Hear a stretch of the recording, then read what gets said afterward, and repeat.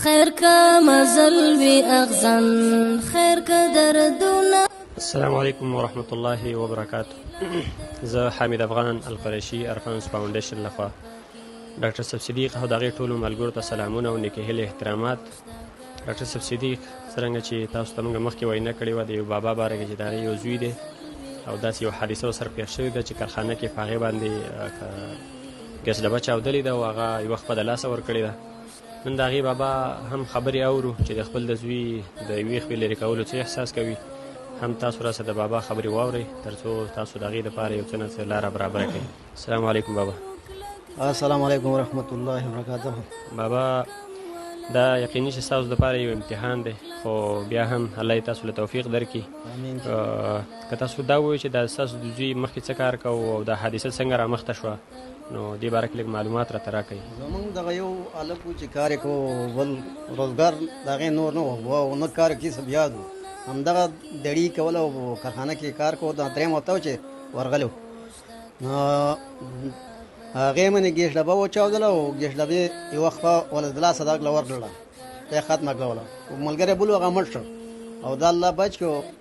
نور هم ګډوډ دی خو الله تعالی مهربان الله بیا ښه کړي. خو زمونږ هغه د ژوند هغه چې کومه و هغه په هغې منې برابر وه بس هغه الله تعالی رانه واخیستله.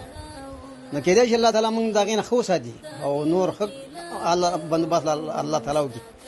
دلته اوس زه په دې مدرسه کې کار کوم. د مدرسې د شاګردانو د استادانو خدمت کوم. د مدرسې صفایي کوم د مدرسې څوکیداري کوم او د استادانو د شاګردانو په خدمت کې یم. او بابا د مدرسې د خوا نه تاسو ته کومه حق زحمت درکولی کېږي؟ مدرسې د خوا نه ما درکول کېږي 4000 افغانۍ راکوي ماله او په هغې مې زموږ خپله ګزاره ده کوو نو نور خو داسې هغه نشته آمدن نشته زموږ. ډاکټر صاحب بابا خبرې تاسو واورېدې چې دا دلته مدرسه کې کار کوي د مدرسې د خوا نه ورته 4000 افغانۍ ورکولی کېږي چې هغه د نن سبا د یو کورنۍ هېڅ ګزاره نه کړي او نن سبا چې دونه وختونو کې چې بیمارۍ هم ډېرې دي نور مشکلات هم ډېر دي.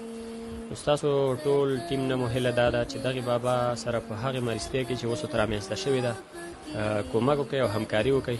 رب العالمین دې ستاسو هر کوششونه په خپل دربار کې قبول او منظور کړي. رب العالمین دې ستاسو اولادان نیک عمل او صالح لوی کړي. زه حمید افغان ورحمت الله وبرکاته.